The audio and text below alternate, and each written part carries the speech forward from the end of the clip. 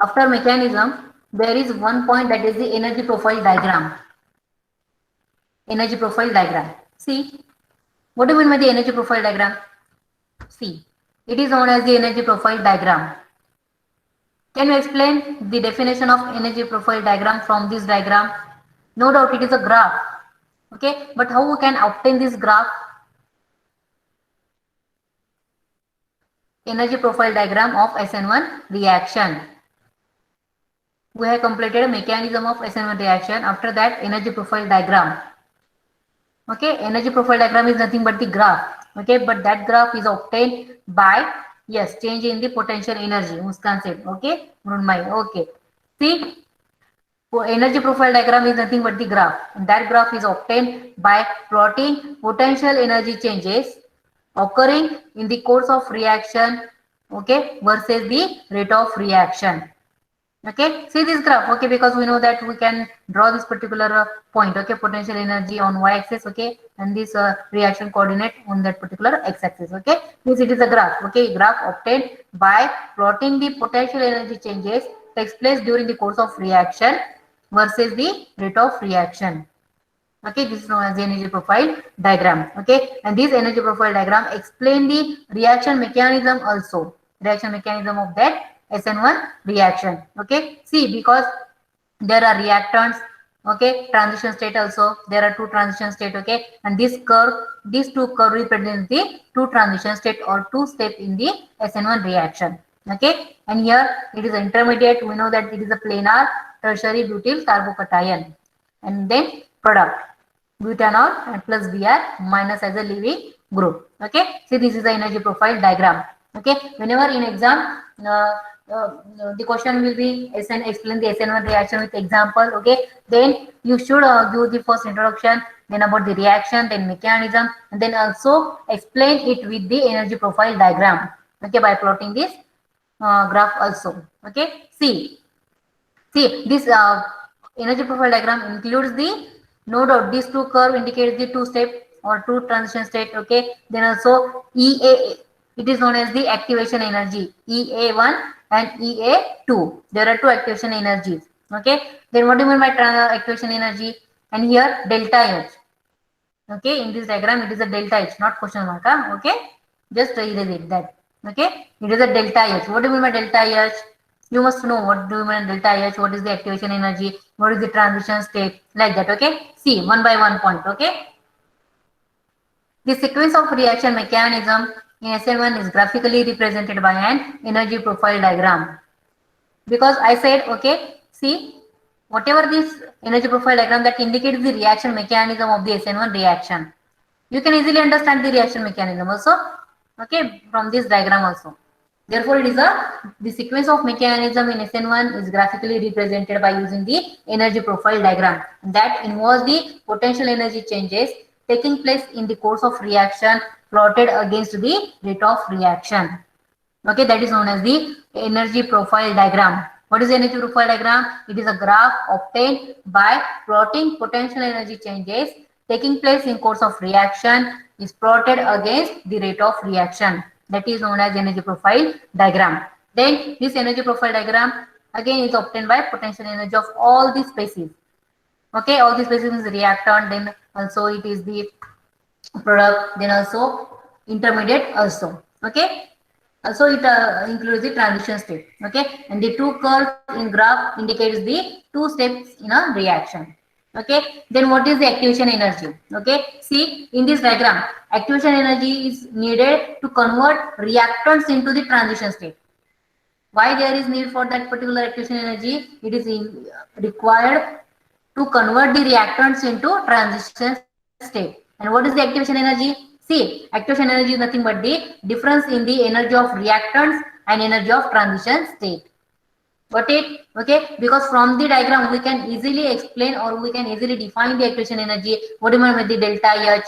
Okay, it is not only means it is simply the energy difference. Okay, but you must remember what is the activation energy. Activation energy is the energy difference between the energy of reactants and energy of transition state.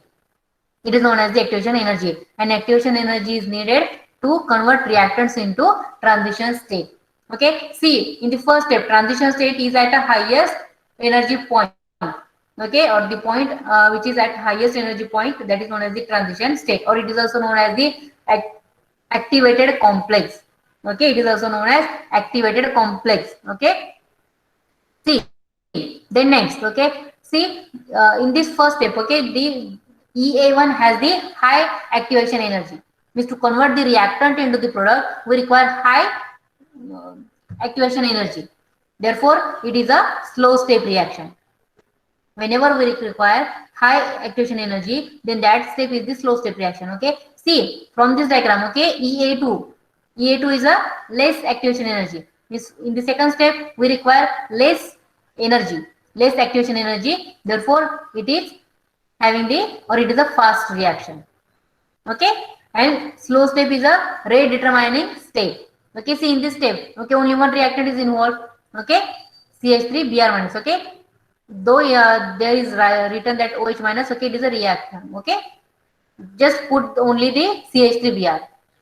CH3 taken, that is the tertiary butyl bromide. Okay, don't write here OH minus, please. Okay, got it? What I said? Okay, see. Okay, see there is a reactant. Okay, see then next. Okay, see the first transition state has higher activation energy, hence it is a slow reaction. Okay, and step second has the lower activation energy, therefore it is a fast reaction. Then we know that the transition state corresponds to highest energy point along the path of reaction. Then we know that there are two transition states. Okay, then what is the delta H? See delta H, it is represented that react between the reactant and product. If you see carefully in the reaction, okay, or in this graph, okay, see what is the delta H? Delta H is nothing but the heat of reaction, okay, and defined as it is the energy difference between the energy of reactant and the product. Okay, what is activation energy? It is the difference in the energies of reactant and transition state. Okay, whenever we explain the delta H, that is the heat of reaction, it is the difference in energies between the reactants and products. That is known as the delta H, heat of reaction. And we know that if delta H is negative, the reaction is exothermic reaction. It is the word. And if delta H is positive, then it is the endothermic reaction. Okay, okay, and this is a exothermic reaction. Okay, here we get the delta H as a negative value. Okay, see. Okay, have you understood the energy profile diagram? Okay, any doubt regarding this energy profile diagram? Okay, because in SN1 and SN2, in both reactions, you have to explain the energy profile diagram. Okay, we can also draw this energy profile diagram. Okay, and from this diagram we can easily explain the what do you mean by the energy profile diagram. Okay, it is simply a graph obtained by plotting potential energy changes taking place in reaction versus progress or rate of reaction. Okay, and just define what is the activation energy, what is the heat of reaction, tell about the transition state also. Okay, and mention whenever you draw the energy profile diagram, okay, in that just mention the what is the reactant, what is the product, same like that all. Okay, got it? Okay, you have to mention each and every point is there. Okay, or name of that particular intermediate, then also reactant, transition state first, transition state second, you can write. Okay, got it? Okay, then next, after completing this energy profile diagram, okay, then kinetic expression. How we can write the kinetic expression of that SN1 reaction? Okay, see, SN1 reaction is a first order reaction. Okay, it is a means it is a part of the kinetic chemical kinetics. Okay, and here whenever we explain kinetics of reaction, you must able to find out the order of reaction. Okay, then see SN1 reaction is the first order reaction. Okay, and this order of reaction simply indicates the dependence of the rate of reaction on the concentration of reactant. Okay, if there are two reactants in the slow step reaction of the mechanism, then the rate of reaction depends on the concentration of two reactant. It means that it has the second order reaction. But it means order of reaction is simply the it is the dependence of the concentration of or dependence of the rate of reaction on the concentration of the reactants involved in the slow state, because the order of reaction is calculated experimentally, not theoretically. Okay. Okay. And to calculate the order of reaction, we must know the mechanism of each and every reaction. Then only we can easily find out the order of reaction. Okay. Then see, it is a first order reaction. The rate of reaction is proportional to the concentration of only one reactant, that is the tertiary butyl bromide. See, R is likely proportional to concentration of tertiary butyl bromide. We can say, or we can write R equals to K CH tertiary butyl concentration of the tertiary butyl bromide, where K is the rate constant. Where K is the rate constant. Yes, Muskan. Okay. Got it? Okay. Okay. Here we completed the SN1 reaction. Okay. Any doubt? Okay. Okay. See, SN1 reaction is a two-step reaction, but it is a unimolecular reaction. Okay. In mechanism, it involves the two-step reaction. Okay, but it is a unimolecular reaction because the rate of reaction depends on concentration of only one reactant. Okay, and also we have to explain the energy profile diagram. Therefore, we can draw the two transition state, two curves in that particular energy profile diagram. Okay, and whenever you draw the energy profile diagram, mention each and every aspect of that particular graph. Okay, got it?